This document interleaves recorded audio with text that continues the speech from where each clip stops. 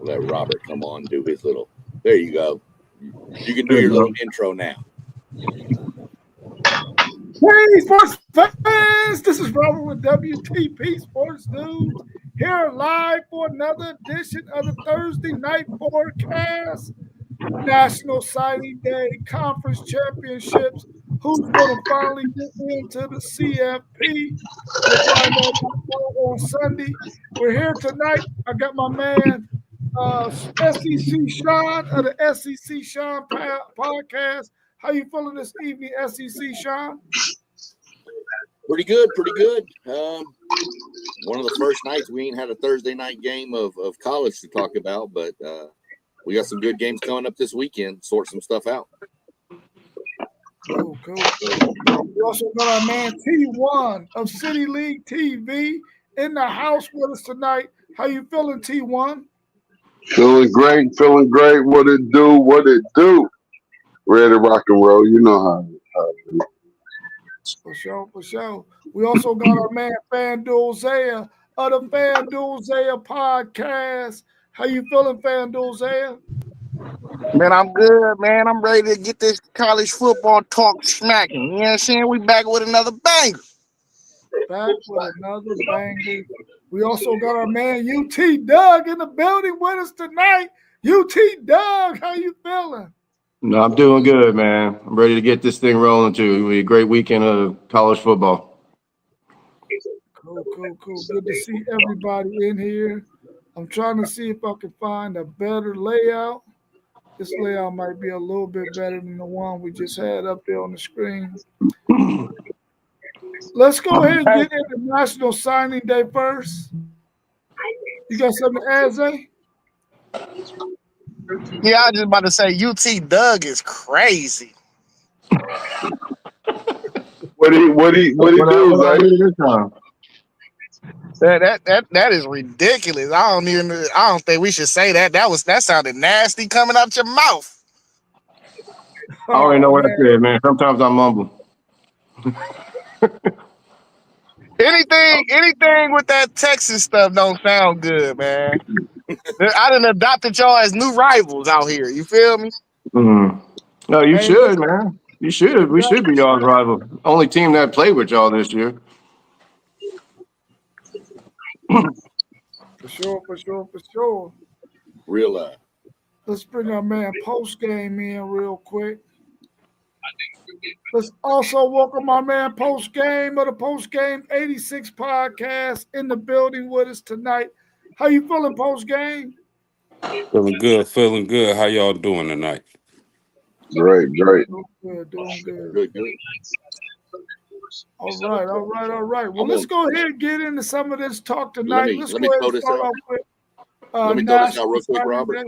Oh, yeah, go ahead. Real quick, just to update everybody real quick, if you haven't seen or heard the news, James Madison has hired Billy Napier. Oh, that's dope. Okay. It's good for Billy. University of Summerall has hired Kentucky's defensive coordinator and Georgia Tech's offensive coordinator. Okay. Appreciate it. So pretty good hires going on at Florida for the two coordinators, and then James Madison, I think, get it out the park pretty good with that hire. Yeah, I think so too. I think that's a really good place for him to go ahead and build himself back up again, and hopefully get him another one of those Power 4 school jobs again. I don't think he did that bad of a job at Florida. He just was up against it, being in the SEC. You know. He's an experienced guy. They've been building for this moment. They've invested for this moment. How excited are y'all about your team's early signing day recruits? Who are your 2 or 3 guys you're excited about? hey, somebody got the TV on behind them.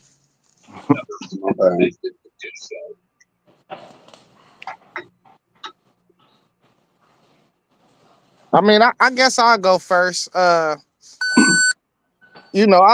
like what we did. I like our defensive class is just bonkers. Um, Kari Wilder was the biggest get, I think, in our recruiting class just because the depth that we was having already, the depth concerns we had already coming into this season. Um, I expect, well, we're gonna definitely lose three of those guys for sure. So we need Kari Wilder to kind of be on the curve of playing meaningful snaps early in the season next year. So Kari Wilder to me was recruit number one that we couldn't miss out on. Um, Another guy that's also on that defensive line, big boy Jameer Perez that we got from Glenville. He about 360. We need to tune him into a one tech.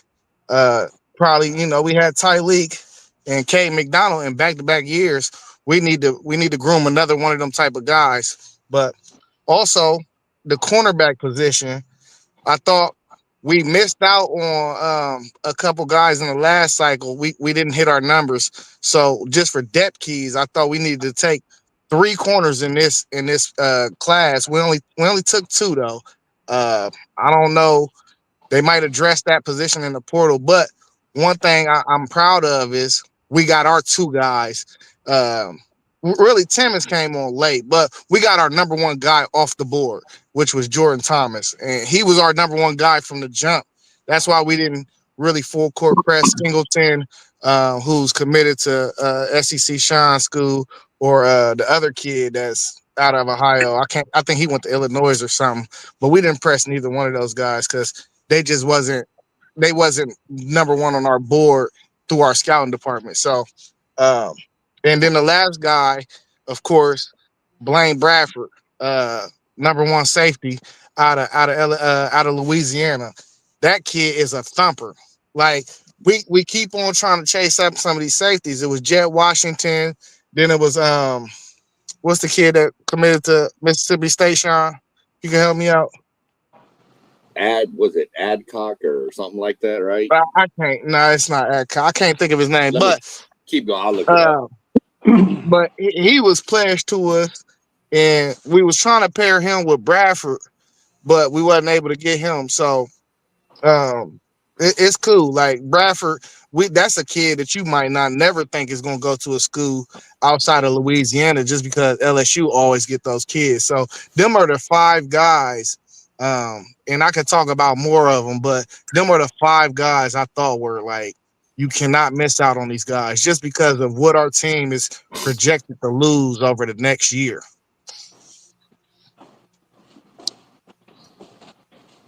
Hey, I go ahead and get mine out the way too, just to keep it at Ohio State. But I mean, y'all know me, T1, aka Mr. Homer. I love the whole class. I love them all. I love every single one of those players that we got up in here. I'm kind of like Coach Day. I can't just single out, a few of them because I don't want to leave anybody out. But I understand you have to pick your top ones just as they pick their top ones when they're out there recruiting. But man, it's another strong recruiting class. If we don't add another player, we have a very strong recruiting class that added depth to a lot of positions. And man, I'm loving this train that I'm watching roll down the street.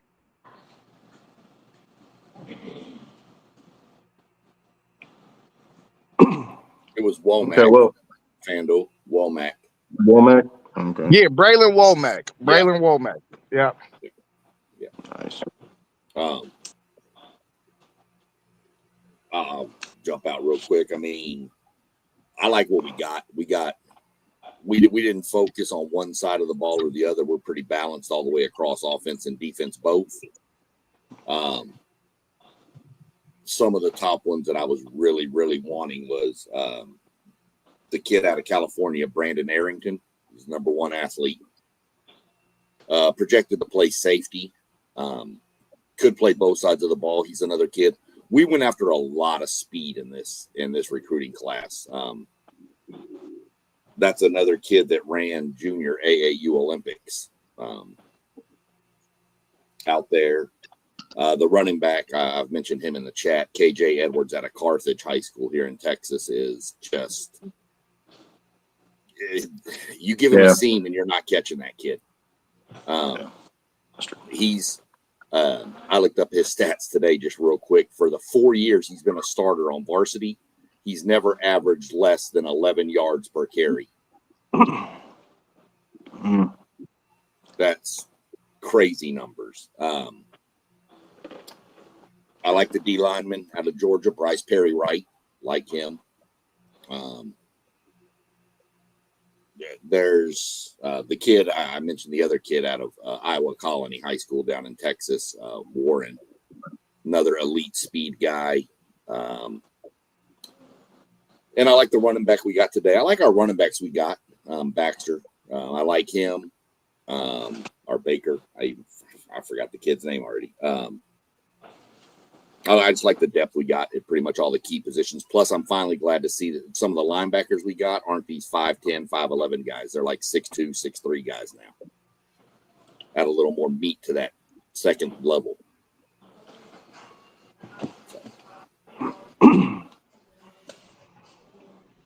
Okay.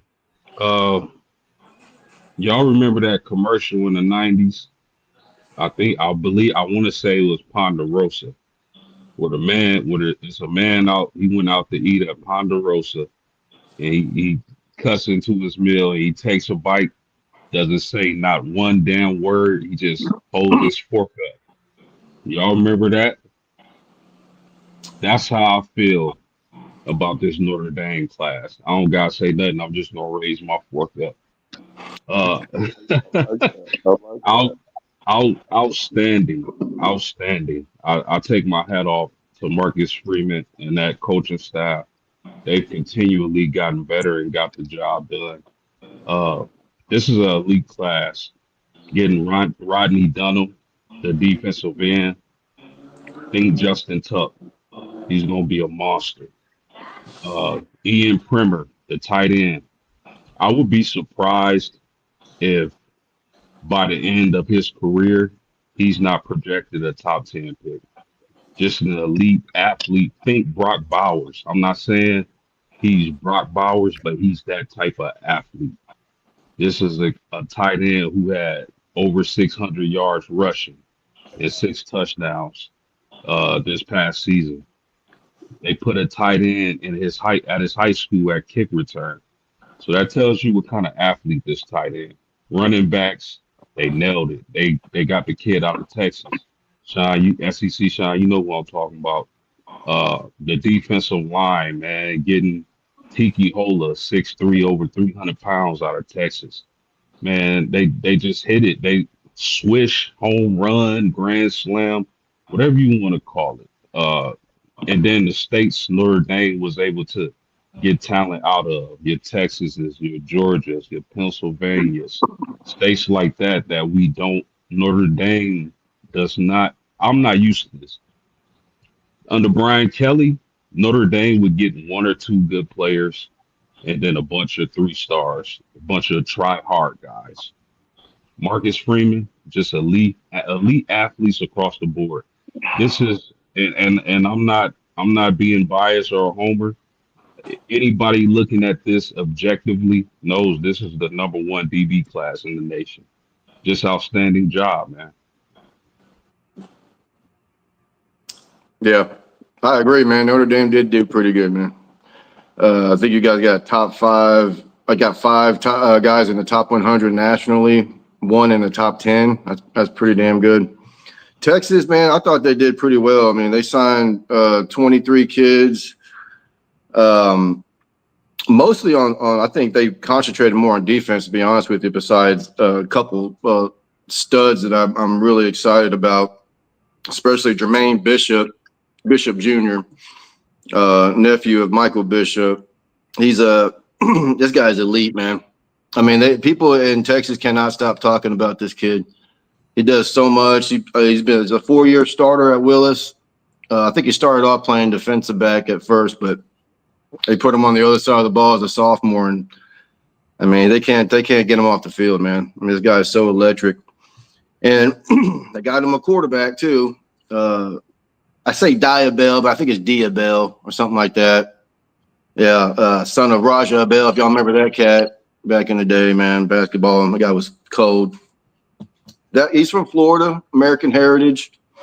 You know, out of the 23 kids, we did sign 11 out of state, which, you know, normally I'd be like, well, that's a little crazy. But man, when you're signing kids out of Georgia that are top 5 at their position, I mean, if they want to come to Texas, bring it on, buddy. You know what I'm saying?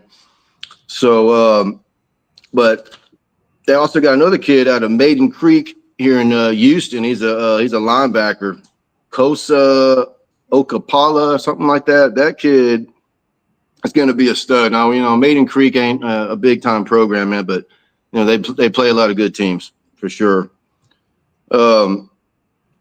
Richard Wesley, he's an edge rusher out of California. This kid's a top. I think he's one of the top 100 kids. And I'll tell you this, man.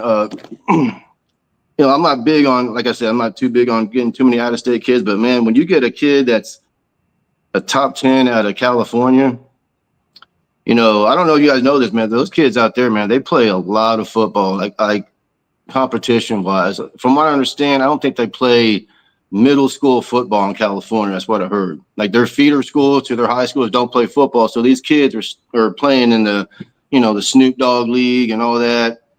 And, you know, I mean, you play any kind of travel ball, you know, the best players and best teams always find each other. So those kids are ready to play.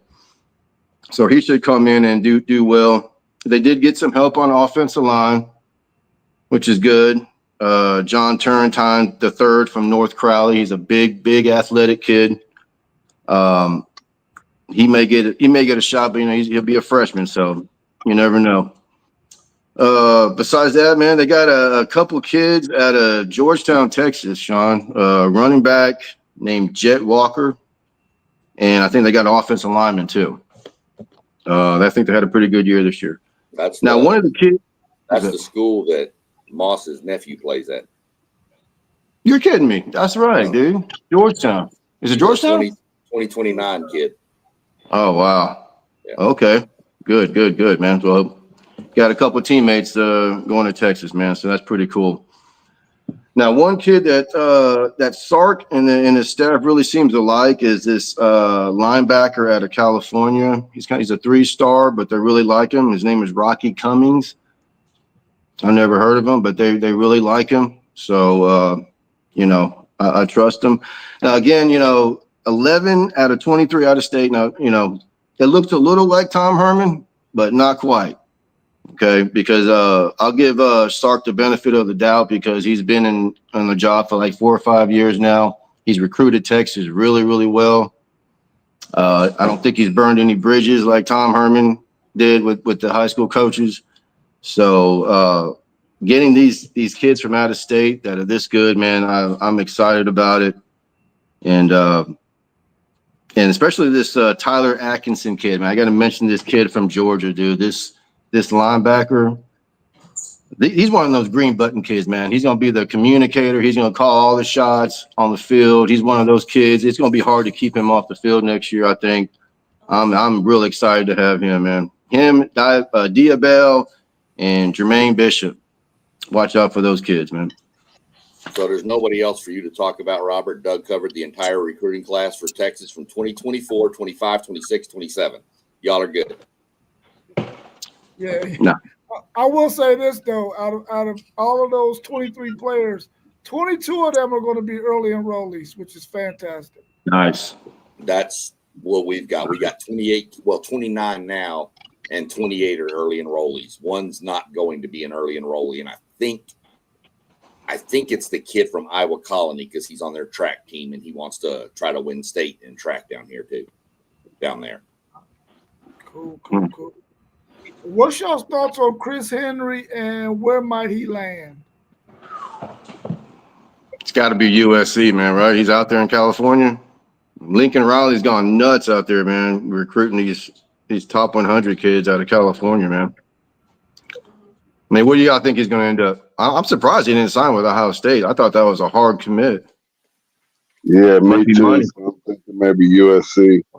That's what I'm thinking, man, USC. And they got a plethora of freaking wide receivers, man. This Booby Feaster kid from DeSoto, he's a junior, man. He freaking reclassified. He's going to be on campus next year. It's crazy. That's the only reason I don't see him at USC is because of the amount of receivers they pulled in this class.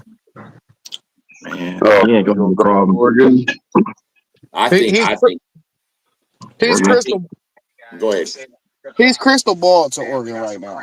Yeah, I'm leaning Oregon with it, but like was mentioned in the chat with Zay earlier, receivers from Oregon don't pan out all that often. They get a lot of them too, man. I mean, Evan. Yeah, they probably don't care now that they're getting all this money. Listen, he's crystal ball to Oregon, but the kid don't need money. No. So I don't really think money's playing a factor. Really, this Brian Hartline thing is a big thing, because Brian Hartline was the face of this. But Ryan Day called him this morning and told him, like, hey, I mean, we get it. Brian Hartline gone, but it wasn't Brian Hartline that was sending them to the league. It was Ohio State.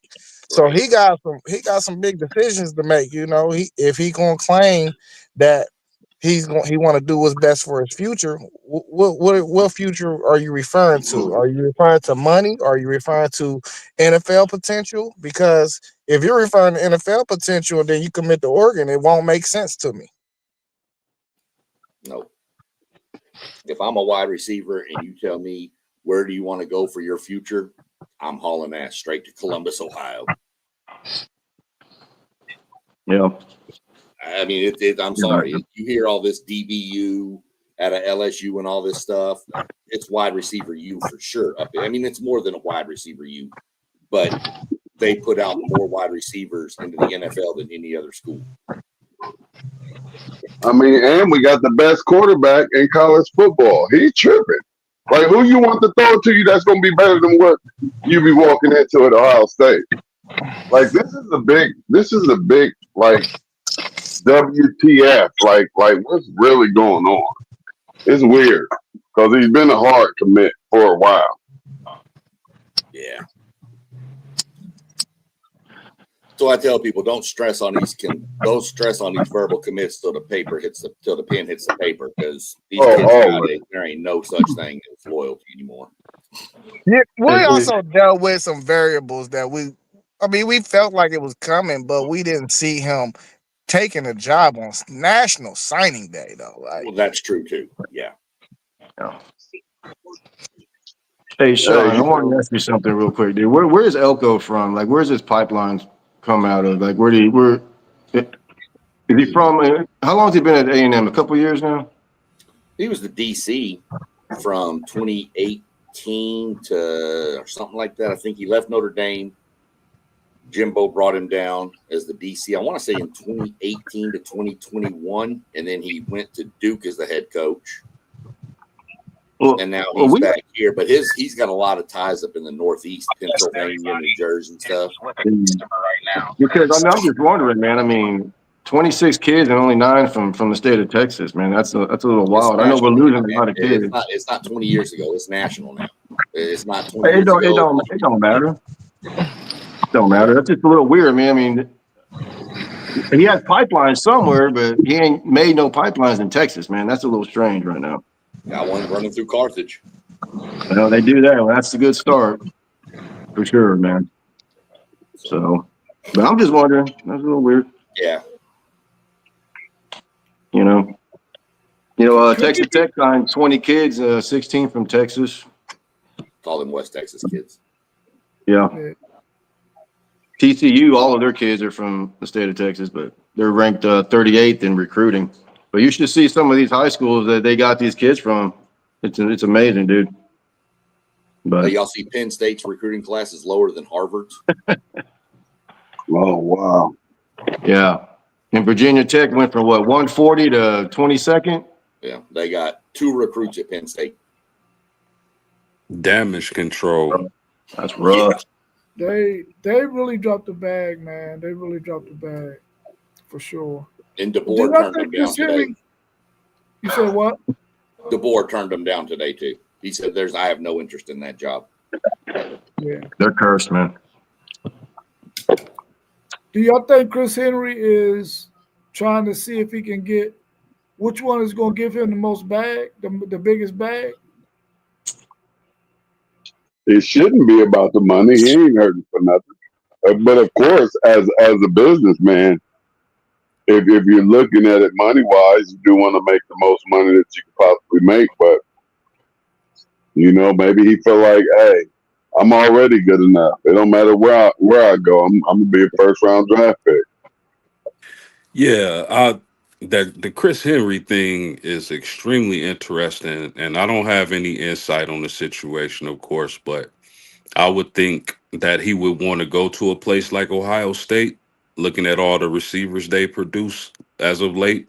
Um, but it may come down to a situation where he just wants to be closer to home.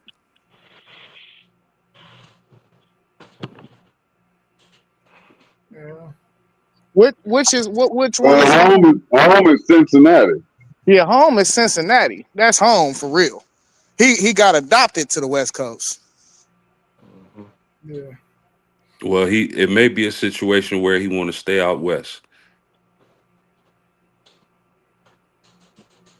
There you I go. don't know, because I don't know why a receiver of that caliber would have second thoughts about a school like Ohio State. Is perplexing. Yeah, it's pretty mind boggling. I think the way that Brian Hartline thing is just holding right now, I think he'll come back to his senses though. I really do. I think he'll come back to his senses. He was just at Withrow, and he signed a Adidas shoe deal, maybe a few months back. He just passed out Adidas cleats to all the Withrow football players. So his ties is still down here. He still love Ohio. He's still an Ohio kid. So I don't know. I think some of the smoke need to clear. I don't even think he's gonna sign this early period, honestly. I think he's gonna wait it out. What they got until what? The end of the day tomorrow? Yeah, signing period in I think tomorrow, if I'm not mistaken. But that's just for the early period. Yeah, just for the early period, yeah. Okay. He can still well off sign in February and still be on campus early with the early enrollees. Yeah. Who knows? He might have already done signed with somebody and they just keeping a hush hush. That happens a lot too. Big facts. I thought the early release come in January. January. I heard they're not doing that no more. Oh, okay. Yeah, well, what I'm saying by that, T1, is even if he signed in February, a lot of these kids graduate early. So he could come as soon as he done, he could come and still be on campus early.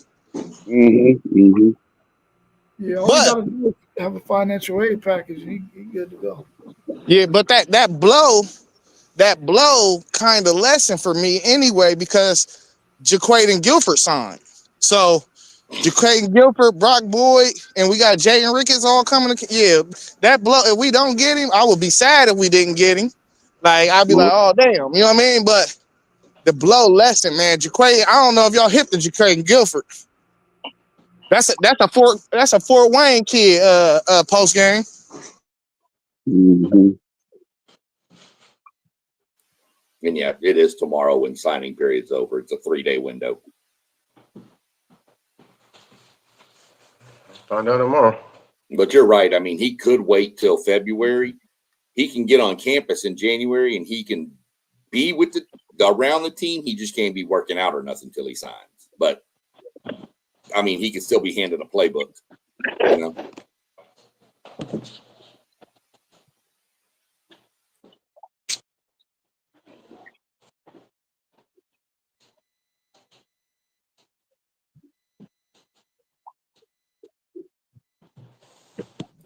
Next was the awkward silence. I just keep talking about class for real, because I got more guys I could talk about. You know what I mean? It's more Right. guys. Yeah, I agree. The boy Rimhart.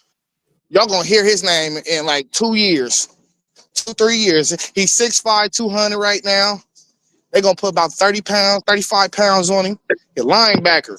But he's like the prototypical Arvell Reese project. That's what we're gonna turn him into. We're gonna turn him into Arvell Reese. Where is he from? I want to say he a Jersey kid. One kid, you made me think of this post game when you mentioned that one kid that you had, Tristan Givens. He's a DN. He played wide receiver last year in high school. That kid's just a freak athlete. And then Aaron Gregory's the other wide receiver I'm really excited for. Did Notre Dame get that kid from Denton Ryan? That he was like a big kid, dude. Tight end, defensive end. I thought. Oh no. Did y'all get Finley's kid? Jermichael sir. Finley's kid. Yeah. Man, y'all got all the damn. I want to ask y'all too. Yeah, I want to ask all you guys, who is that one underrated prospect in y'all's class that people might not know that y'all gonna see maybe 2-3 years down the line they gonna blow?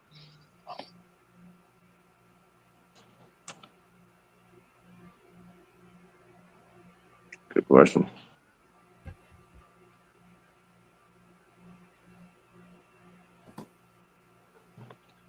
Tyvon King. Port Arthur Memorial High School linebacker. Goes by the nickname Tank. Yeah, he was on our board for the longest, Sean. I know exactly what you're That talking kid, about. Yeah. he's, what is it? I think he's a 3-star. Yeah, he's a 3-star kid, graded as a 16 or a 79. He's 6'1", 210. But the kid has no fear. Doug knows what I'm talking about when I say them Port Arthur Memorial guys are cut different when they come off the bus. Man, it looks like the scene from The Longest Yard where Adam Sandler go over to play ball with Michael Irvin. That's what it looks like comes off the bus at Port Arthur Memorial.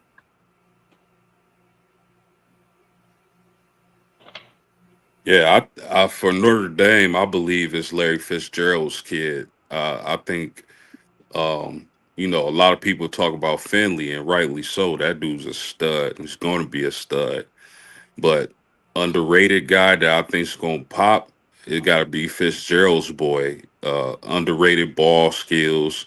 He plays just like his dad. And imagine the tutelage he has had, and he's only going to get bigger, stronger, faster once Notre Dame gets him in that program. So I'm going to say Fitzgerald's kid for the Irish.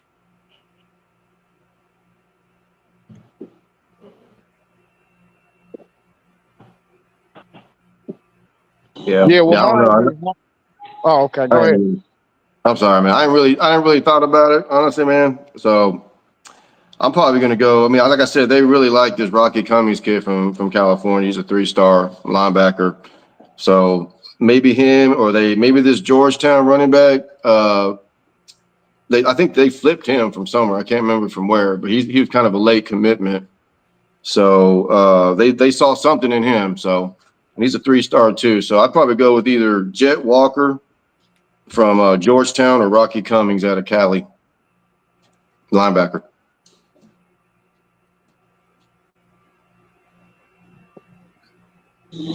Rob, you got somebody? I'm gonna go with Torrey Davis. He's an athlete. Once him and freaking Jermaine Bishop, if they play Jermaine Bishop on the offensive side of the ball, those two dudes together, bro, listen, I want y'all to go look up Torrey Davis's stats. Look up his stats. This dude's stats is freaking ridiculous. He plays both ways too, I believe. His stats is ridiculous. Just go look him up. You're going to be like, wow, are you serious? This dude's stats is ridiculous. Catching the ball, running the football, the whole 9 yards. This dude is unbelievable stat-wise. And I think once him, if they play Jermaine Bishop on offense too, those two together, It's gonna be dynamic, bro. It's gonna be dynamic. My guy for me, man, gotta be Caden Gebhart, man. We flipped him today. He just got the offer maybe 2 weeks ago. Listen, I watched this dude's film. I don't know how we slept on him. That's the kid I was telling y'all about in the chat that had over 400 tackles in his high school career. That's 100 tackles a year. Like, what we doing?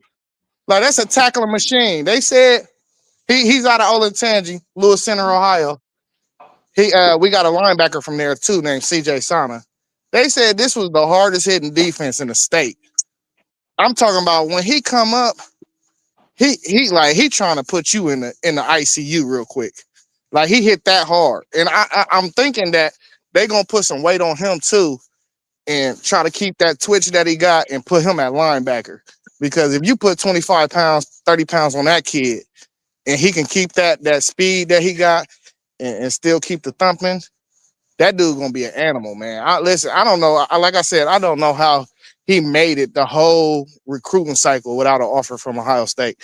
Maybe it's because we was after more nationally known guys, but man, this dude is a thumper. I was going to joke with you when you put that in the chat, and I was just going to make a joke about it. Be like 400 tackles. Either they got nothing in the front seven and he plays safety, or he's really good at coming downhill. Hey, listen, just pull up his tape, Sean. This is one of the best teams in Ohio. Is it really? I don't know. I mean, I'm right here by Lewis Center. I live in Polaris. I had no idea they were that good. I never heard anything about it.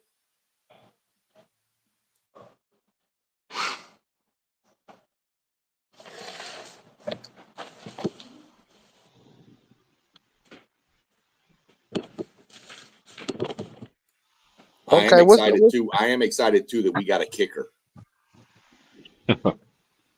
That's always good to bring in. Our kicker sucks. Hey, well, let's. Oh, go ahead. The kid we brought in, though, he's from Louisiana. 56, 60-yard field goals, kicking the ball through the uprights on kickoffs. I'm like, okay, you got a strong leg now. Where's it going? So, but if he makes it through the uprights, I'm good. But God, we need a kicker so bad.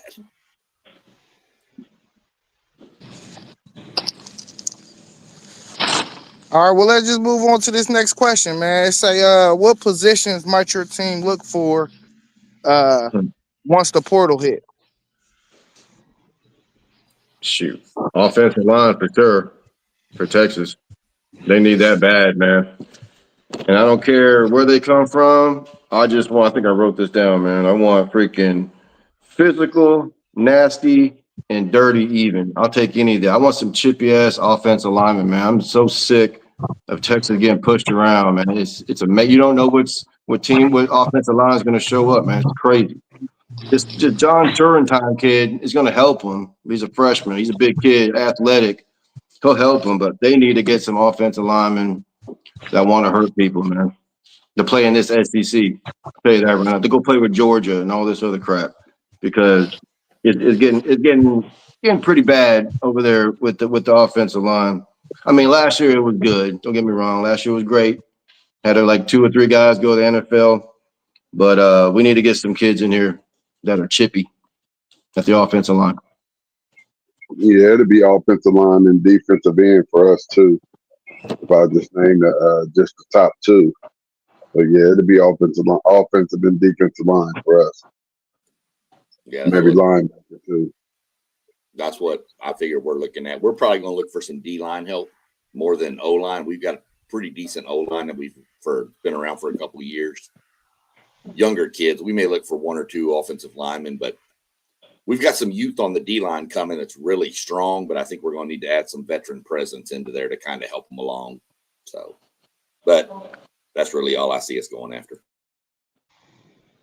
Yeah, I would say, and Marcus Freeman has been a genius at this, which is, his saying is we go major in high school recruiting and minor in the portal. So he's done a good job of sprinkling players to fill in, positions of needs. I'm going to look at the kicker position. We might can get a transfer there. I'm going to look at backup quarterback because with CJ Carr playing so well, I'm pretty sure Kenny Minchie is out of there once he gets the chance to transfer. Maybe a defensive tackle. So you'll never see Notre Dame with a huge transfer portal class, but a few to sprinkle in and fill in the blanks. That's what they're good at. What the best program?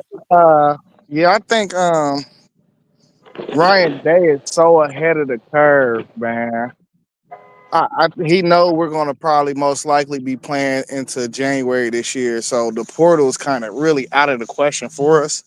So we took 6 extra kids in this class than we actually initially wanted to once they changed the date to the portal. We was going to settle on 21, 22 kids. We signed 28. We still got one more we could possibly sign with Chris Henry, and that'll be 29. We was only going to take 2021 though. So I think they're ahead of the curve. They understand that they needed a few extra bodies in certain places. If we was going to hit the portal, it'll probably be at receiver because a lot of these tweener guys are stuck in between Quincy Porter and Jeremiah Smith. They going to leave because Quincy Porter really the next man up in that group. He's a monster. He just been battling injuries. So some of these games where Carnell and Jeremiah was both hurt, he was hurt too. So that's why nobody's seen him out there. But T1, I think we straight on defensive line. I ain't gonna lie to you. Like Zion Grady. You said what? I said we straight. I actually would go linebacker before D-line. I think we straight at linebacker. I think if we took anybody, they all young though. Like if it was a dog linebacker out there that we could get, that could possibly, he still would have to fight for a position.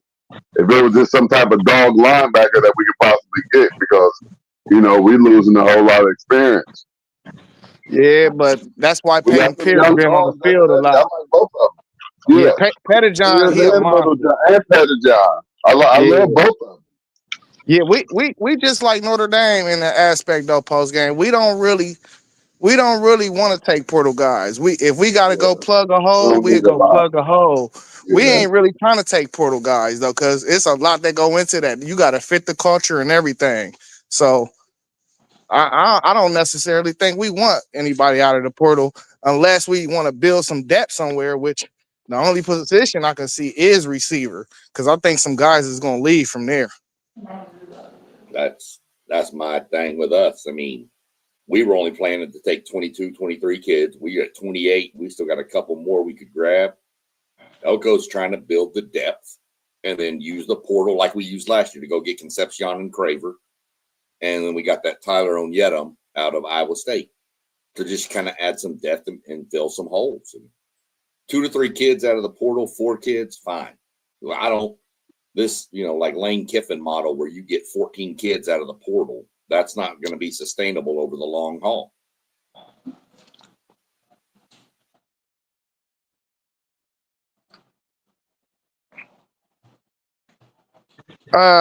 The next question on the docket: what other big names have yet to be signed? How important has early enrollment become for players? Was that the next question? Yeah, that was. Yeah. The name I'm looking for is Lamar Brown. That's the next big one. Yep. Lamar Brown might be one of the only real big ones. I mean, we've already talked about Chris Henry, so that's why. But I think Lamar Henry is probably the biggest one left on the board. He's just I don't think he signs till February, to be honest. Now he wants to know what's going on in Louisiana. Is Baker for sure going to be the DC there? So that's the one I'm looking at. That's the only one that's one of the ones that we're still got our target set on, and I'm waiting to see what that kid does. I fully expect he'll be at LSU. That's the #1 recruit in the nation, right? Yeah. It'll be interesting to see what he does. Yeah, I put in the chat, I talked about Calvin Russell. Top 30 kid, I want to say. Top 7 in receiver position. He committed to Syracuse, but Michigan applying pressure to him. So I want to see what's going to happen with him because he want to play basketball and football, and that's what Michigan offering. So that'd be interesting to see how that go down. 6'6" though, 6'6" receiver, another big body, super athletic. Dude he a beast for real. They say he could play. They say he could play quarterback or safety. Damn.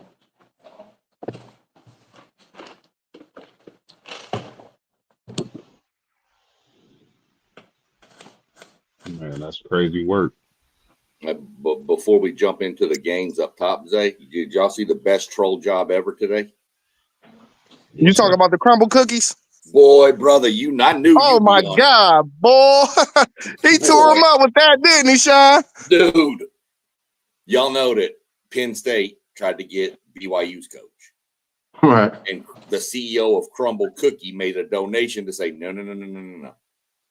So James Franklin has his introductory press conference today at Virginia Tech with a box of Crumble Cookies right on the desk.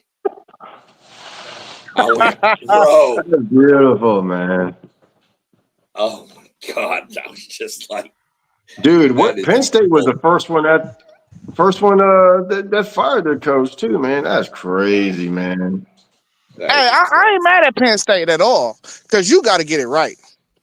And maybe in this pool of coaches, like I mean, as much as everybody was screaming Lane is not the best coach. He's not even top 5 best coaches in college football right now. Lane's never won a conference championship anywhere. Yeah, Lane never won a championship. What are we talking about? He did as an assistant, but not as the man though. Like it's a whole different ball game. Everybody hanging off Saban's belt won a damn title. Exactly. I mean, hell, I could have been a coach out there and won a title. Shit. I mean, but yeah, I mean, that's just, I mean, they're going to be in trouble next year for the year after too, though, because that's a total rebuild at Penn State at this point, man. That's crazy. Unless they just get a coach that can bring in a bunch of players again. I don't know. Hey, Doug, the name is flowing around. Mike Tomlin. That's not a total rebuild, bro. No. Hey, you get Mike Tomlin, dog, it's slow. Okay. That's great. Yeah. Okay. That'd be great. Yeah, that name is floating around. I've heard that one too. That wouldn't be bad. That'd be good for Tomlin. A fresh start, college football. Shoot. That'd be great. I like to see that actually. I think dudes will be licking at the chop to come play for Mike Tomlin. He'll probably be the portal king in day one. Easily. Do a lot better job than that guy in North Carolina. Any kids on defense that ain't playing at their current school are gone. Hold on, Doug. You sure about that? No, I said he'll do way better. He'll do way better than that guy in North Carolina, man. I don't know because he got to get some players in. They got like a top 17 or 18 class. Yeah, so that means people coming to play for him. I know it's there too. Yeah, can't hold the first year coming into college under him because what did he have left? So let's see what he can build. I mean, we'll see what happens. That's my theory with Belichick. But Tomlin, yeah. If Tomlin go to Penn State, that's going to be a game changer in a heartbeat real quick. Yeah, I got to say, if I'm not going to one of the top elite programs, Texas, Ohio State, Notre Dame, and Georgia, I'm taking a long, hard look at North Carolina because the head coach and the experience he has and the connections to the NFL he has.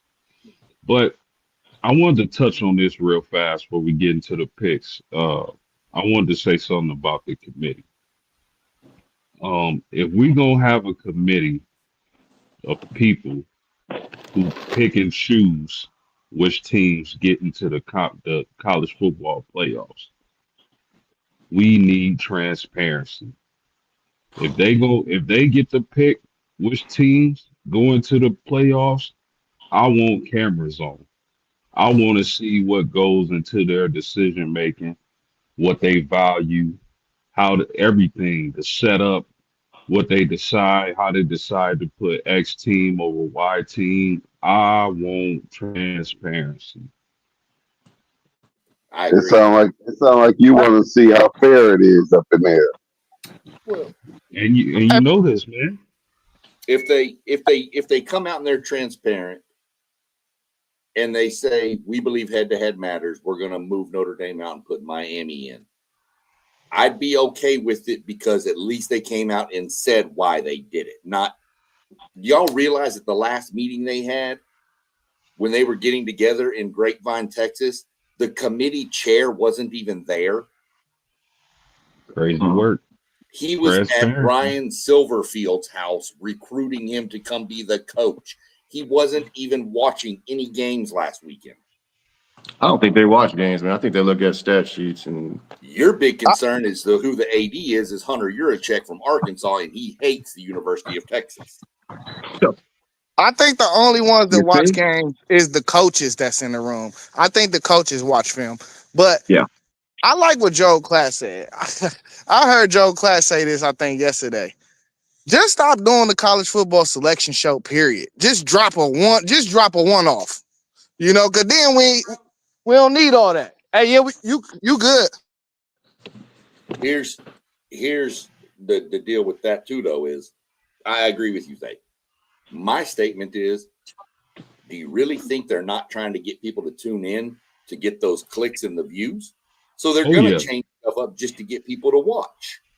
Oh yeah, Like, that's exactly what they doing. You're going to be tuned in Sunday, aren't you, Post? Right? Yeah, Seeing what they're going 100. to do with Notre Dame, right? No matter what happens in the championship game, you're going to tune in. I promise you, Yeah. I'm going to tune in to see if we stay at 7 or what. I know UT fans are going to be tuned in. But if UT was 14th in the last poll or 15th in the last poll, you probably wouldn't even worry about it because you know you ain't getting in.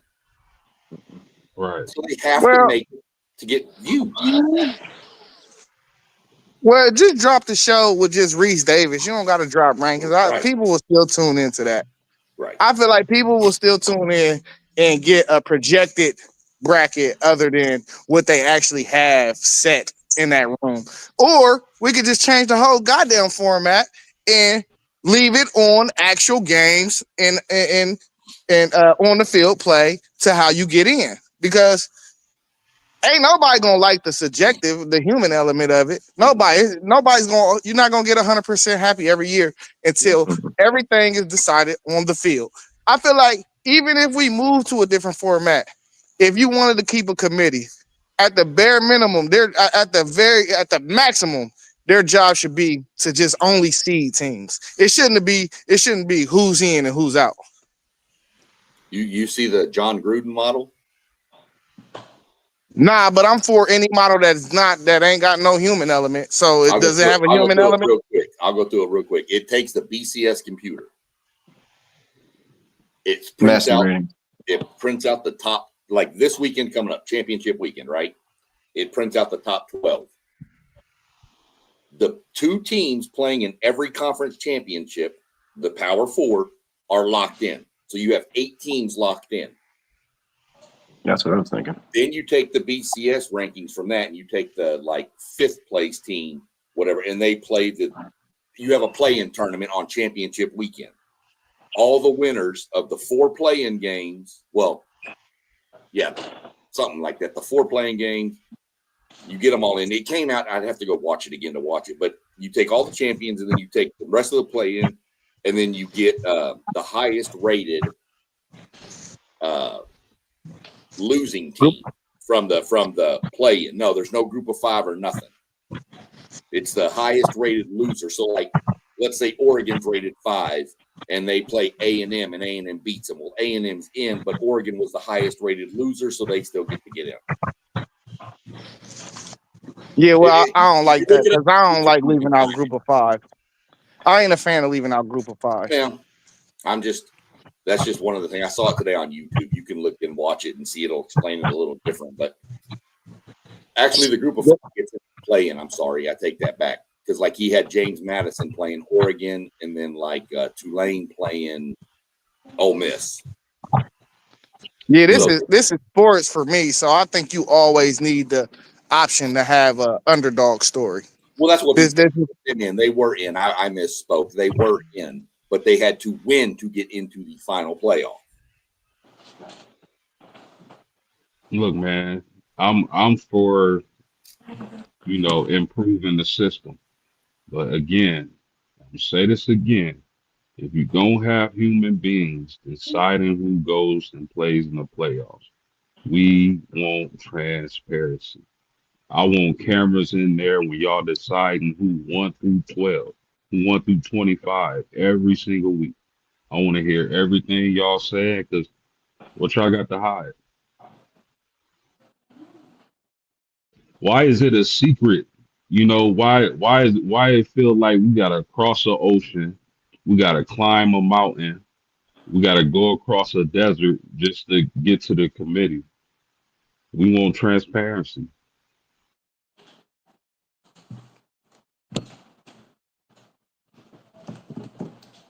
Yeah. No, I agree 100% with that. I think Sarkeesian was talking about this. I think it was today, saying that they're gonna stick with the commitment they had with Ohio State, to play them next year and all that stuff. Because these schedules came out back when they're in the Big 12, anyways, right? But he said after that they're gonna have a serious sit down and figure out what we're gonna do past next year. Are they going to schedule these games anymore? Because he said that right now, like you said, transparent, they don't know what the committee really wants. Is it strength of schedule or is it record? And right now, Sark's like, right now they're looking at record. So if that's the way it's going to be, then we're going to look into this after our commitment with Ohio State next year. And Michigan, yeah. And Michigan, yeah, We're exactly. going to go the next 2 years with what the commitments to those two. Because that'll end your home and home with Michigan. Bro, that's for me though, because Texas is in the playoff right now. If Texas if y'all would have handled y'all's business and beat down Kentucky, if y'all would have handled y'all's business and beat down Mississippi State like y'all's roster suggests y'all should have, we wouldn't be having this conversation, because that's why y'all not in the playoffs. It's not because y'all lost to Florida and y'all lost to Ohio State. It's because y'all didn't dominate the teams y'all was supposed to dominate. That's why y'all not in the playoff right now. I told this to Sean. Me and him are going back and forth on this, man. I believe it was Ohio State, and I'll tell you what, it's not even a matter of opinion, man. I mean, the proof's in the pudding, dude. If Texas didn't play Ohio State, they go into the swamp number 1 in the country. They lose that game by a touchdown. They don't fall out of the top 10, man. But what happened? They got booted out of the top 25 altogether. The pollsters didn't give a damn who they played. They saw an early 2-loss team, and that was the only way they were going to look at that. And everybody knew that was a bunch of crap, because even Vegas knew that was crap, because the very next week they went to Dallas. They played a top 10 Oklahoma. It was a top 10 versus unranked neutral site. That was a pick'em game. Texas won by 3 damn touchdowns. And they barely creeped back into the top 25 after that, when they would have stayed in the top 10 if they hadn't played Ohio State. And the fact that they're the only team that's played with Ohio State is kind of crazy to me, man. I mean, I was watching the Ryan Day's press conference after the Michigan game, and underneath his name, it read 11 straight victories by 15 plus points or more. Didn't say 12, said 11. Because I know you Ohio State fans are smart. You guys know football. I think you guys know by now that y'all might have gotten away with one in week 1, because that was a damn good game. It was Texas had the ball last. They had a couple of opportunities. They didn't do it. They didn't win, obviously. But I think that's going to be the only game y'all going to play this year. I think y'all going to smoke Indiana. We'll get through that, but I think y'all going to smoke Indiana. And I don't think anybody's going to come. I don't think anybody's going to touch y'all this year. It's only going to be Texas. So, yes, that Florida loss was bad, no doubt. But like I said, if they didn't play that game in Ohio State, they would have played NC State like Tennessee did last year. Then, again, they would have been number 1 going into the swamp, and they wouldn't have fallen out of the top 10. They fell out of the top 25, man, because of 2 early losses. Yeah, I agree with you, Doug. And absolutely, if Texas doesn't play Ohio State, Texas is in the playoffs, hands down. Absolutely no problems at all. But here's another thing too, like you know, it's like y'all got punished for scheduling a big game like that. But I mean, a big game like that too, and it was a close game. I mean, if y'all beat Ohio State, y'all could possibly run the tables because it's just something about momentum and what that does for a team and how it can take players' play up just a little small notch. You know what I mean? So, you know, it just went the wrong way for y'all after that. But it should have been a gamble worth taking, and I don't feel like y'all should have got punished for it.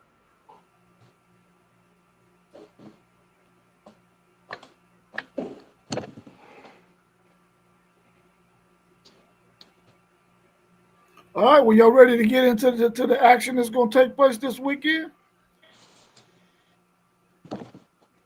Let's go. Yeah, All as right. long as I don't have to hear no more about all this, we lost to them and them and them and them and them. My text message blew up. Post game, y'all shouldn't have played A&M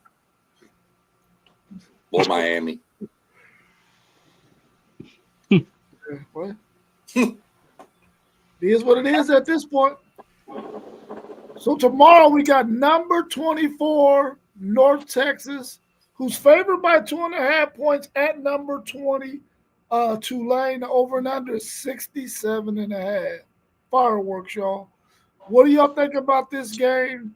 The winner gets into the college football playoffs. How y'all think this one goes?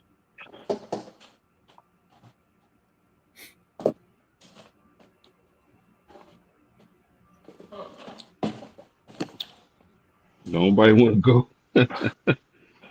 Nobody want to go. I'm going North Texas, man. That's fine. I like their quarterback too much, man. And but what 2.5? They're at Tulane. Oh man, shoot. I don't know. That's gonna be a pretty good one, I think. But nah, man, I like that North Texas offense, man. They score so quick, man. So their run defense ain't great, but they can score, and so I hope I like to see another Texas team get in, anyways. It's not gonna be Texas, so. Yeah, I only like watching games like that when ain't nothing else on the watch, so it don't really matter to me.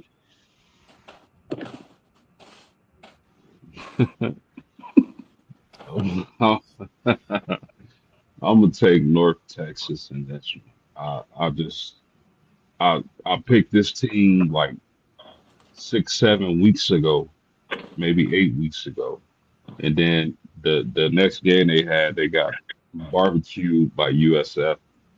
But they rebounded well. Uh, I was surprised what they done to Navy.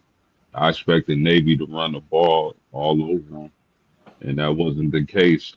Um, so I'm gonna take North Texas in this game. I think they find a way to get the job done. Their offense is a beautiful thing to watch. Yeah, I'm going Tulane, man. I'm going with the home team. I heard y'all awkward silence, but I'm at work. I wish I could have said something because I would have called y'all out just like post game did. Everybody want to be quiet now, and we know 2 of y'all want to say North Texas anyway because y'all Texas boys ain't getting in. But all right, let me stop my rant. I'm going Tulane though, man, because they at home, bro. I'm just going with the home team. I do think this North Texas team is more dangerous for playoff purposes. But home field advantage, man, money on the wood, win or go home. I gotta go with the home crowd, man, to carry their boys through. That stadium gonna be sold out. You already know it is. The whole campus gonna show up to the game. So, yeah, I'm rolling Tulane. But I don't believe that. I think it's the same like we talked about with the playoffs. I don't think Tulane gets them all. They still got to give some to North Texas too. That's cool. Being on your own field is the juice that you need, and having 70% of the fans, 65% of the fans. I'm leaning North Texas. I have been on them for a while. I am concerned about the rain that's looking to fall for tomorrow night in New Orleans. But I think North Texas has a pretty good run game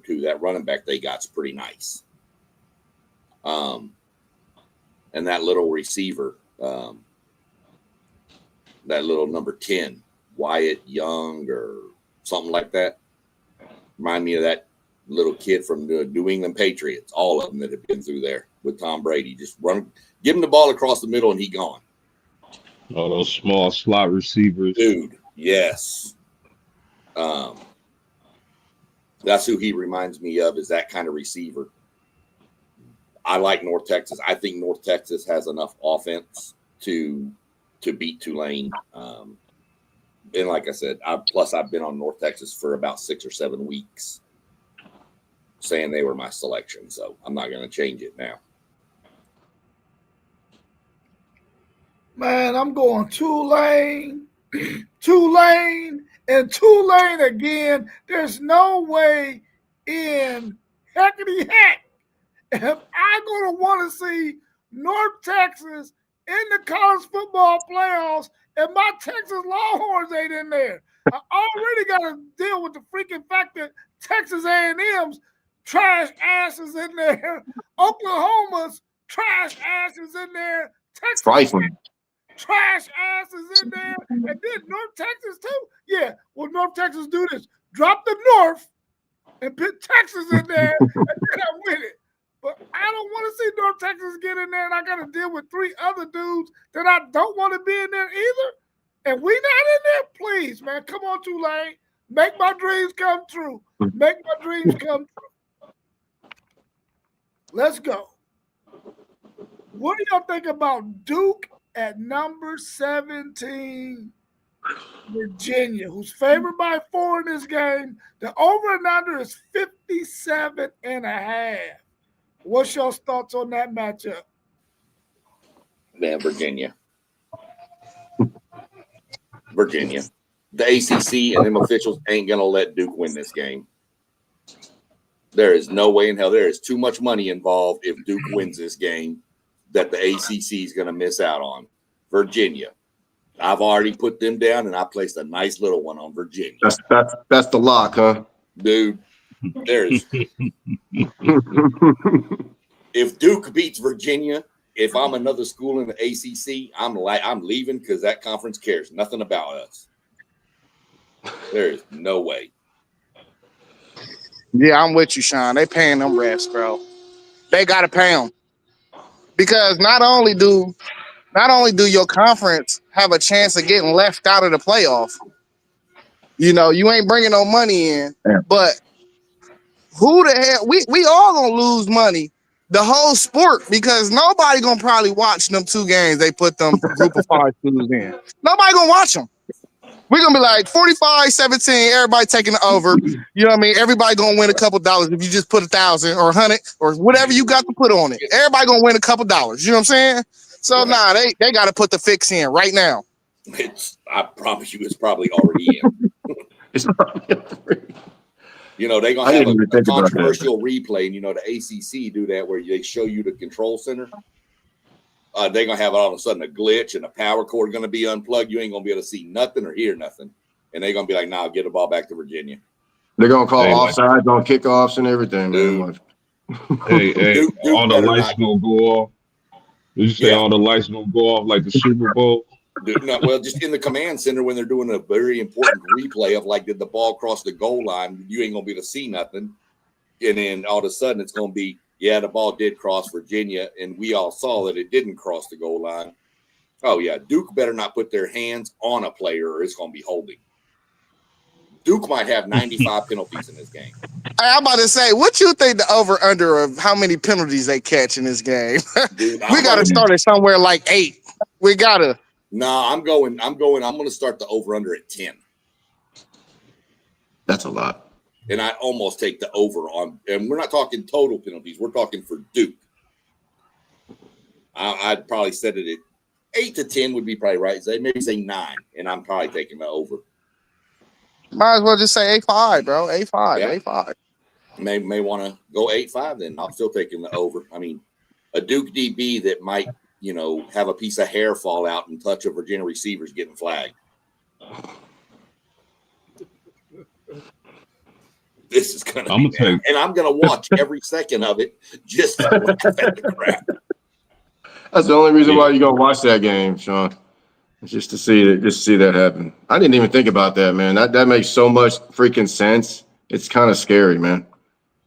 But yeah, Virginia by as much as they want to, I guess, man. I mean, they're a good team anyways, but Yeah, I'm gonna take Virginia in this game. I look for them to control the line of scrimmage and run the ball with that RB, even the quarterback. I think they get the job done. Nobody can afford Duke winning this game. I know as a Notre Dame fan, I can't. Duke can't win this game because if the ACC has no representative coming out of their conference winner, then I'm quite sure they'll make sure Miami is in. So I'm going yeah, Virginia in this game. that's a good point. Yeah, I got Virginia as well, and for the same reason, no way they'll let BYU win that game. Well, they already know the score. We don't. Hey, you know what? Now I think about it though. Let me ask y'all this: do y'all think Duke winning favors Miami getting in even more because of the fact that they wouldn't want to leave the ACC out? Yep. That's exactly what I'm 100%. talking about, Zay. Exactly. My I train of didn't thought was exactly that. I didn't bring it up when I was mentioning the whole fixes in for Virginia because I knew postgame was probably going to go that route. I know he thought about it. I thought about it as well. If Duke wins, Miami's getting in. I'm sorry, I hate to tell y'all that How do they get in?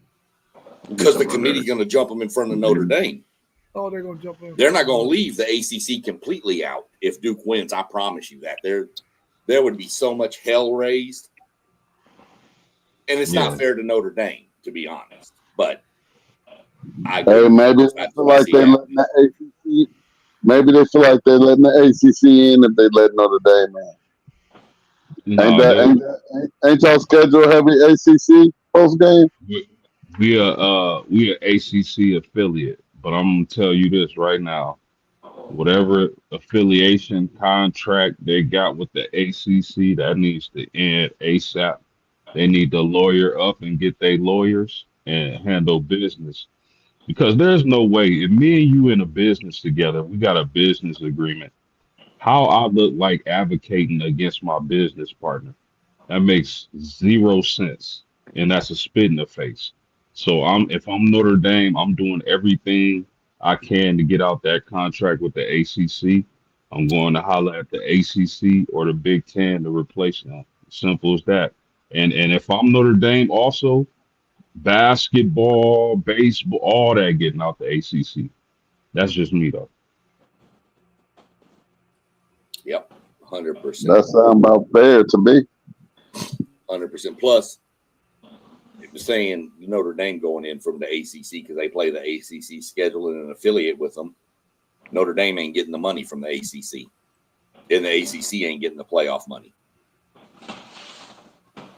That's why if Duke wins, Miami's going into this playoff. Okay. What do y'all think about number 11, BYU, at number 4, Texas Tech? Texas Tech is favored by 12.5 in this game. The over and under is 49.5. Does Texas Tech blow BYU out again like they did in the regular season? You two boys from the University of Texas better hope they do. I do. I hope they do. I don't know if they will. They're going to beat them pretty good. If BYU wins that game, you can definitely go ahead and start hanging the pads up. I know for sure. I need Alabama to lose. I need BYU to lose. I need Alabama to lose bad. Bama's not going to matter. If Bama loses and it's close, Bama's staying in. That's why it was important for them to jump in front of Notre Dame. Bama's not coming out, even with a loss. Unless they get blown out, they're not. That's what I'm saying. If they get blown out of the water, maybe. But yeah. I agree with that. I heard some analysts and I got to really think about the last show. They put Alabama ahead of Notre Dame for they was preparing for what was coming because they know Bama not beating Georgia. But I'll make my picks as I'm talking. I need Texas Tech to win this game. If BYU wins this game, that's another scenario where Notre Dame could be out. So I need Texas Tech to win this game. They're the better team. They should punish BYU. But I also could see them saying, let's stick it to Notre Dame. We don't have nothing to lose. We're going to be in the playoffs, win or loss. Let's let BYU get a W. You know what I mean? But if everything's everything, Texas Tech should win this game easily. Hey, hasn't Alabama beat Georgia like 4 straight times or something? 9 out That's of the last. tremendous. Yeah. Kirby Smart has one win ever over Alabama. Yep. Now, it was the Natty. So it's a pretty good win, but still. Yeah.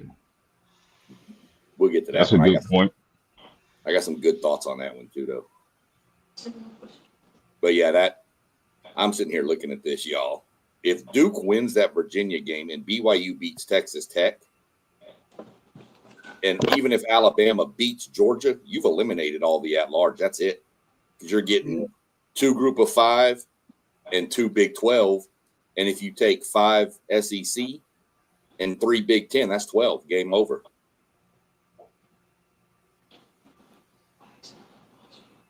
Yeah, well, I got Texas Tech to cover and everything. They're gonna blow them. It's gonna be like 31-7. I do too. Easy. That defense is sick. Yeah. Yeah, I don't see this being any different.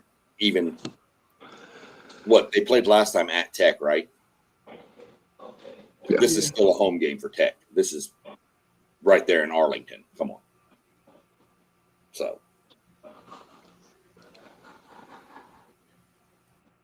All right, how y'all feel about Alabama number 9?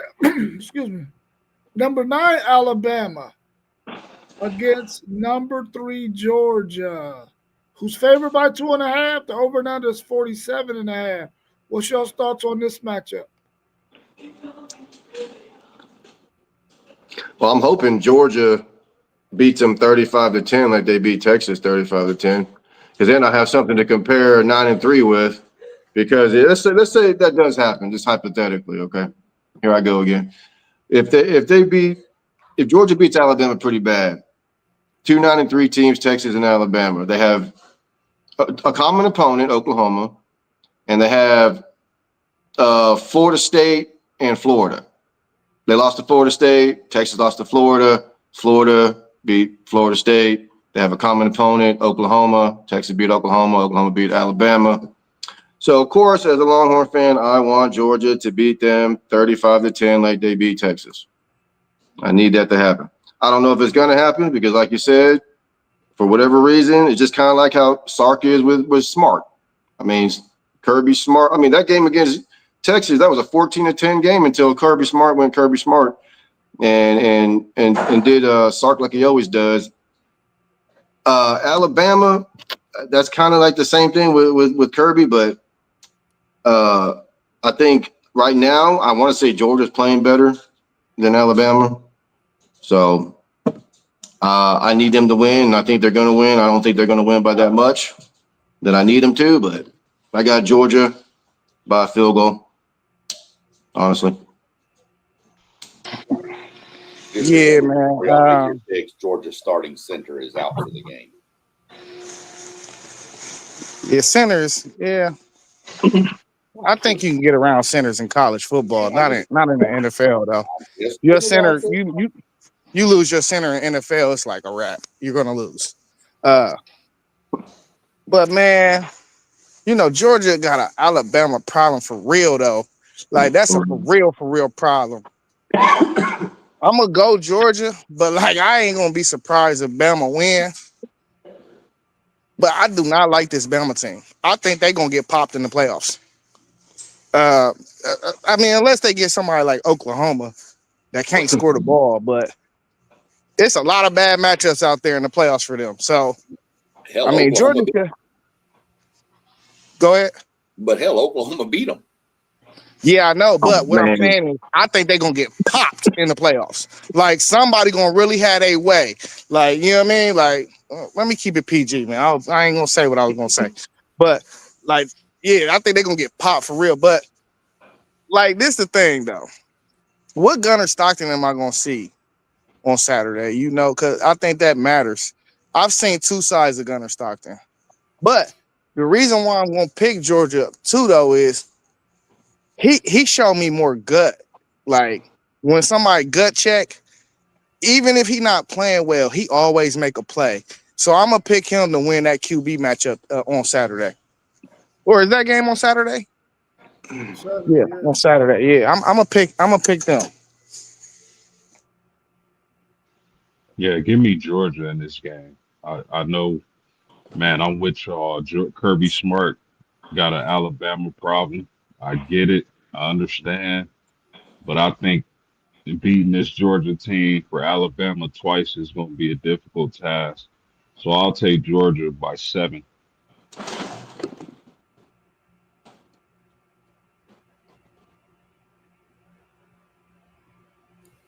Right. Yeah, I got Georgia too. I need Georgia, so I'm going Georgia. I'm going Georgia. I'm What gonna do y'all go. think? I'm gonna go Georgia in this game.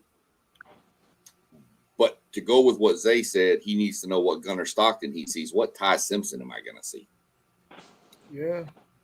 The deer in the headlights, Ty Simpson. If you get if Georgia puts the pressure on Ty Simpson that they did on Art, Georgia wins this game. If they can't get back there and disrupt Gunner, Ty, whoever, I think Ty can sit back there and kind of pick this Georgia defense apart across.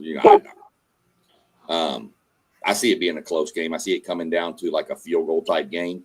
Difference is Alabama don't really have a solid kicker either. Georgia does. So the games like this come down a lot to special teams can play a lot in these games, and so I'm gonna take Georgia, and I hope the fix isn't in on this game. So.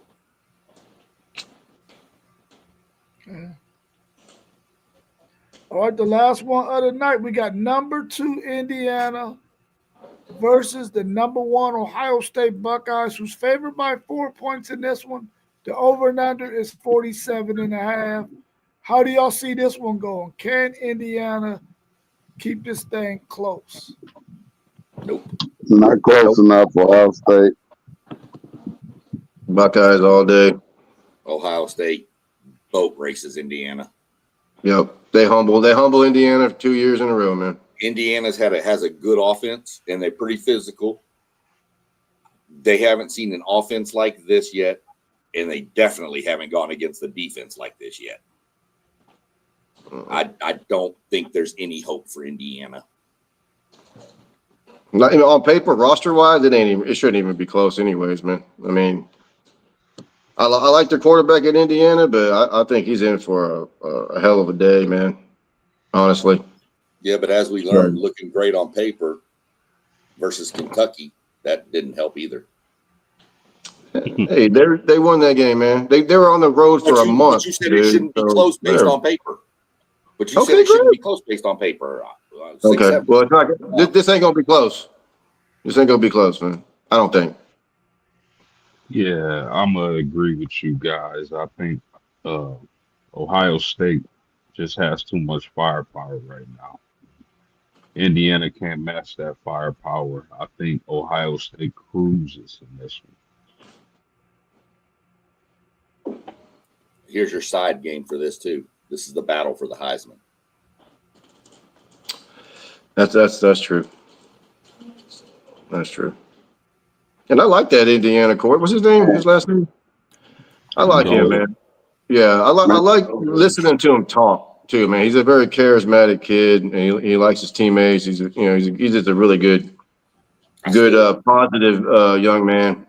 But I think he's going to win the Heisman. Still want Pavia to win the Heisman just because I want to see what he does in New York. No, this is for the Heisman. This is number 1 and number 2 right now. So, I think according to my QB has FanDuel, it. is it FanDuel? One of the betting sites has Diego Pavia as the front runner now. Oh wow. Okay. Well, soon as my young gunner go put this show on Saturday, we'll see what they're talking about. Yeah, y'all know what it is, man. It's FanDuel Jose in the building, man. We about to pop them by 2+ touchdowns. Take the over. Take anything you want. Money line, whatever you feel most comfortable with, but all the lines is good. They good. Hey, this the same team we Good. played last year. Only Yep. difference is they switch quarterbacks. They still got them short ass corners. All they do is play zone. Julian saying got a 94.8 passing rating against the zone. They Damn. Swiss cheese. Hey, they are Swiss cheese. I'm trying to tell y'all. You on it, man. Damn. You ever want to know any stat about Ohio State? Just ask Zay. I'm starting to feel It that don't right matter now, man. what it is. Hey, Zay, how many centimeters did this dude run for? He gonna break it down for you. He got it. I thought you was about to say how many cinnamon rolls they got in the cafeteria. I was about to say, if you said that, man, if he don't answer to that, it maybe he is the man. He's doing coverages and stuff. They running too much 3 buzz out there or something, man, or all these zones and everything. Nah, But you're right. Zay like me, he just sit down and watch football all the time. He's a football guy for sure, man. Yeah, I got Ohio State winning this thing too, man. I really hope that they bring Indiana back down to earth. I mean, many people believe that they're really the Indiana that is the second best team in the country. They may be, but I think we're gonna find out how really good they are on Saturday. And I kind of feel like Mendoza has already been out of the Heisman running from his performance against Penn State and this last performance he had. It might have been last week or the week before. He hasn't really played well down the stretch. I don't know if he got his It star was last week. last week. I don't know if he got his star receiver back yet or not, but what he's about to face on Saturday, if Ohio State just says, listen, we're going to go out there and play Ohio State football, we ain't going to let up on these guys just because, we can go out here and get up by 21 in the first half and then just coast the rest of the way. I want Ohio State to come out there and put it on Indiana's ass like they did everybody else, except for Texas. And go on out there and kill them, man, so we can really see if Indiana is really that good or not. And this is a number 1 versus number 2, and we think Ohio State's going to work them. I don't Number think 1 versus number 2. I think they're going to work them. feel like Ohio State against anybody, they get worked.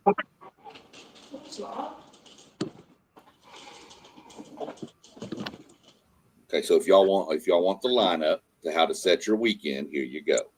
Starting tomorrow at 7, you have Troy versus James Madison. Then you have Kennesaw State at Jackson State at the same time. At 8 o'clock, you get Texas Tulane and then UNLV Boise State. Saturday, your noon kickoff is BYU Texas Tech, along with Western Michigan and Miami of Ohio. Follow that with the Georgia-Alabama SEC game at 8 o'clock, Indiana, Ohio State. And when you get bored with Ohio State crushing Indiana, you can go finish the cooler of beer with Duke and Virginia because you're going to need something to force yourself to watch that game. That's coming on last. Same time as the Ohio State Indiana game. Ain't nobody going to. Oh, okay. That's crazy. I mean, they didn't show them no love, right? That's how much they saying to the ACC. They really giving you the finger. No shit. Well, I'm kind of shocked that the ACC championship game is on ABC. I thought they might move that to like ESPN 8 or 9, the Ocho or Nueve or ESPN Plus, Portuguese or something. PBS. Well, they probably did that because the Ohio State Indiana game might get out of control. Oh, that's true. So you know how that goes. Get some Let me ratings. see what's going on with the other game. You know, Okay, I get you there. Yeah, well, They might even put a telethon on in front of the Duke Virginia game, like Jerry Lewis telethon might be on. They asking for donations. yeah. So you got something going on tomorrow, SEC, Sean? Yeah, we're gonna run part 3 of our NASCAR for Beginners series. We're gonna talk about different styles of tracks, point systems, how that kind of stuff works. My buddy Adam from up here in Columbus is gonna jump on with me, live with me. He's got some questions. You know, we've got the chat. We're all in. Shoot your questions over, or if y'all pop in to watch tomorrow, you know, pop them into the comments over there. I mean, I'll understand if y'all don't watch tomorrow because y'all too busy watching Kennesaw State and Jackson State. It's cool. I'll feel really upset if I get dissed for that game, but that's fine. Shit, I'm watching Dickinson North Shore after they play tomorrow. They play Saturday, don't they? It's Saturday? I don't know. I didn't check the schedule. I'll look. I'll be watching that on my phone. But yeah, we're going to do that tomorrow. Like I said, different tracks, how the playoffs work, how the point systems work, how to get into the playoffs, just things like that tomorrow. You know, I'm still holding off on the lawsuit that's going on right now until I get some more clarity into what's happening with that. So I don't want to put anything out there that's not true. So I'm waiting for all that to get settled. But yep, that's what we're doing tomorrow at 7 p.m. Eastern time. Let me see, Doug, real quick. You got Alito and Denton Ryan. That's where Michael Finley's kid played Alito. Yep. They're playing tomorrow.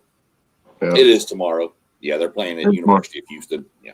Oh, they're playing. No, Dickinson and North Shore are playing at the soccer stadium, I think. TDECU. That's University of Houston. Oh, yeah, you're right. Never mind. That's the other one. Oh, I didn't tell you, Sean. You know, TCU signed an offensive lineman from Pasadena Memorial, man. Big old Mexican kid. That's probably the only. Well, that's shocking. That's probably the only kid to get recruited out of that whole city. I know. Isn't that great? Dude, that's awesome, bro. TCU? That's great, man. Yeah. Yeah. Like I said, they signed all 21 from Texas, man. You should see some of these schools, man. Lake Travis, Temple, Port Arthur, Duncanville, Woodlands, Ridge Point, Richmond Randall, Texarkana, Westlake, Argyle, Iowa Colony, South Lake. They got a lot of kids from. They're going to have a bunch of winners come through there. That's for damn sure. Like I'm telling y'all, Saturday night, 11:30 Eastern time, or you can watch it. I normally watch it Sunday morning, Victory Plus. I'm telling y'all on Roku, go watch Texas, the scoreboard show. You'll see highlights of most of the kids that are coming out of Texas to y'all schools that are on this stream. You're gonna find highlights of your two boys, at the Finley boy and stuff over there. Y'all gonna find some stuff out of Texas coming up to Ohio State still playing. They show highlights of all that. Hour-long show. So. Cool. All right, y'all. Well, if we ain't got nothing else, man, we can go ahead and end the stream, and then we'll see y'all tomorrow with SEC Sean's part 3 of NASCAR for Beginners, and then we'll be back again bright and early on Saturday morning. I don't know if I'm gonna be able to be on. I gotta work, but I'm gonna try to take my laptop and stuff to work with me, and get on. So I don't think they're really gonna need me till about 10 o'clock. But I'm gonna try to get on. If not, somebody gonna have to host, but I'll put the show together though. All right, y'all. We'll have a good rest of y'all's evening, man. We'll be talking soon. Yep. Oh, hey! Y'all know the deal. We was in the building. Now we out. Peace. Have a good night. All right, Peace y'all. out. Y'all, man.